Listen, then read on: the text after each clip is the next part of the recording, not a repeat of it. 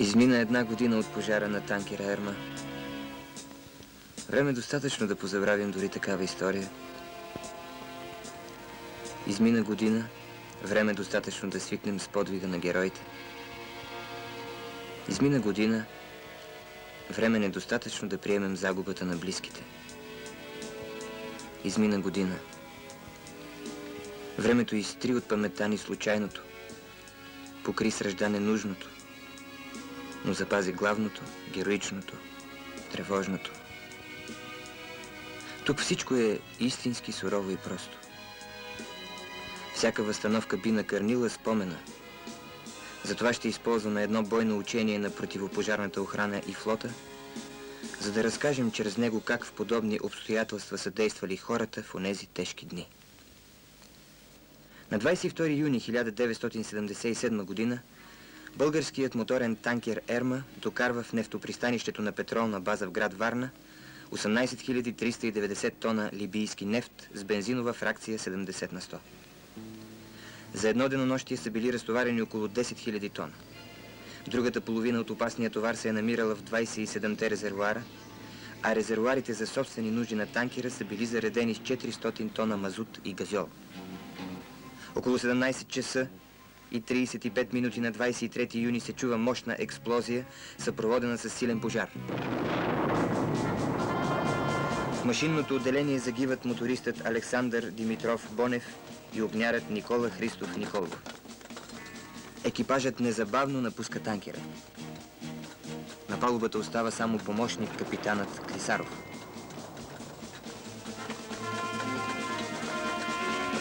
Той затваря люковете на всичките 27 полупразни резервуара, преодолява страха и разстоянието от 170 метра, стои дълго на горящия и експлодиращ танкер, но успява да предотврати разпространяването на пожара.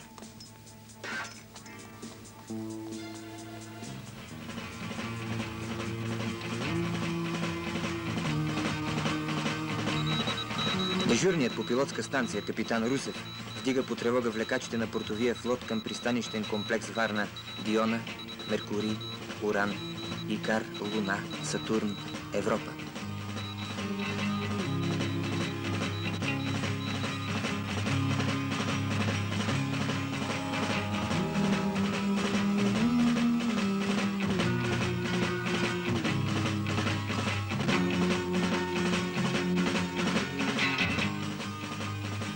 Девет минути по-късно капитан Русев съобщава в диспетчерския пункт на първа районна противопожарна охрана в град Варна, че на първо кейово място на нефтопристанището гори моторен танкер Ерма.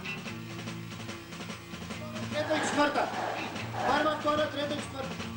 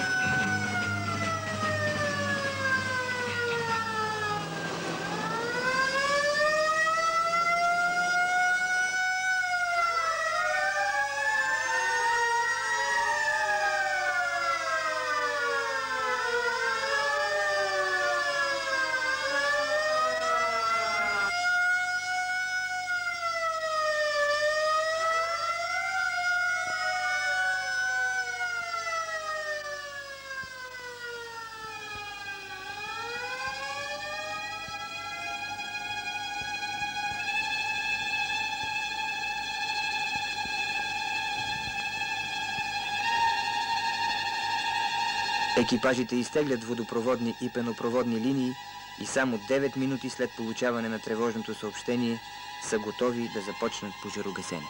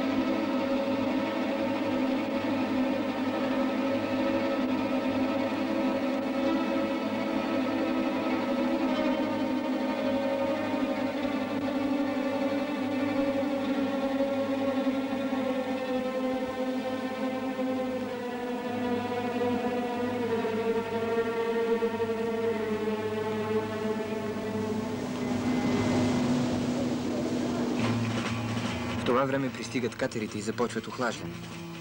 В световната практика са известни само няколко случая на спасен танкер. Надеждата и сега е малка. Ръководството на ДСО воден транспорт нарежда танкерът да бъде изтеглен извън пристанището на безопасно разстояние. Прекъсва се гасенето, а катерите отвеждат танкера само на 100 метра. Котвената верига не може да се вдигне поради повреда в машинното отделение.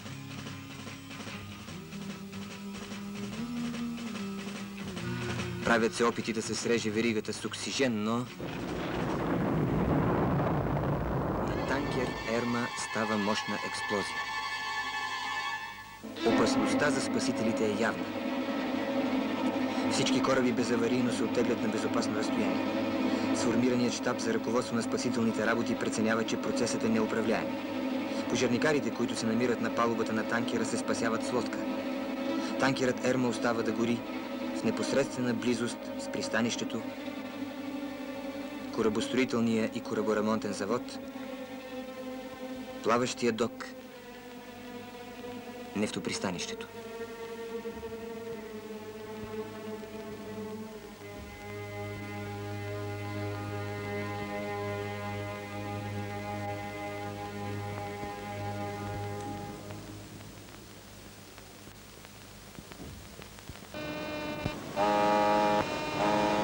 Щабът нарежда плавателните съдове, намиращи се в акваторията на пристанището, да се изтеглят незабавно. Евакуацията е делова и успешна.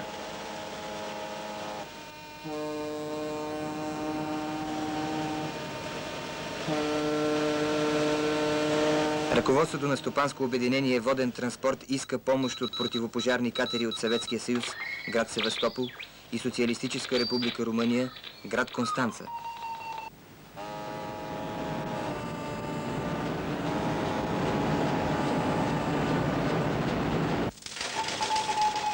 По искане на щаба и указание на управление противопожарна охрана потеглят на помощ коли от съседните Търговички, Шуменски, Бургаски и Толбухински окръзи, натоварени с максимално количество пенообразовател.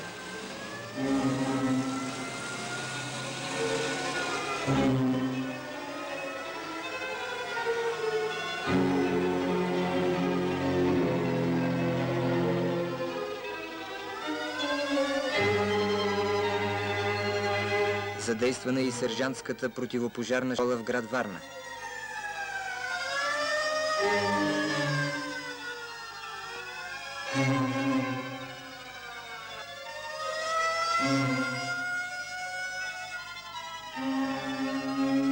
Противопожарната техника се разсредоточава на най-пожароопасните места.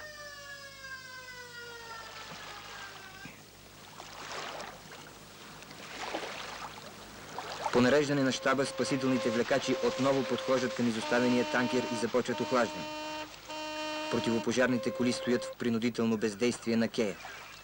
Това положение не може да се задържи дълго, защото опасността, надвиснала над града, расте от минута на минута. От София пристига със самолет началникът на управление противопожарна охрана и незабавно се отправя към пожара.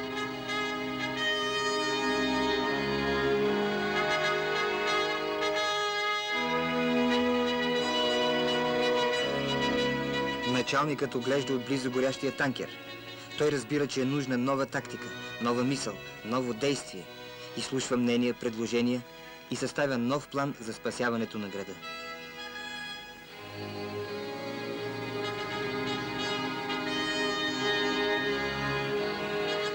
Планът е рискован. Касае се за живота на участниците и изпълнители, но така се обезпечава единствения изход от създалото се положение и генералът поема риска върху себе си. Щабът го поддържа. Флотът подпомага идеята на генерала и реализира плана му. На 200-тонни кран-платформи да се натоварят противопожарни коли и да се подвозят непосредствено до борда на Ерма.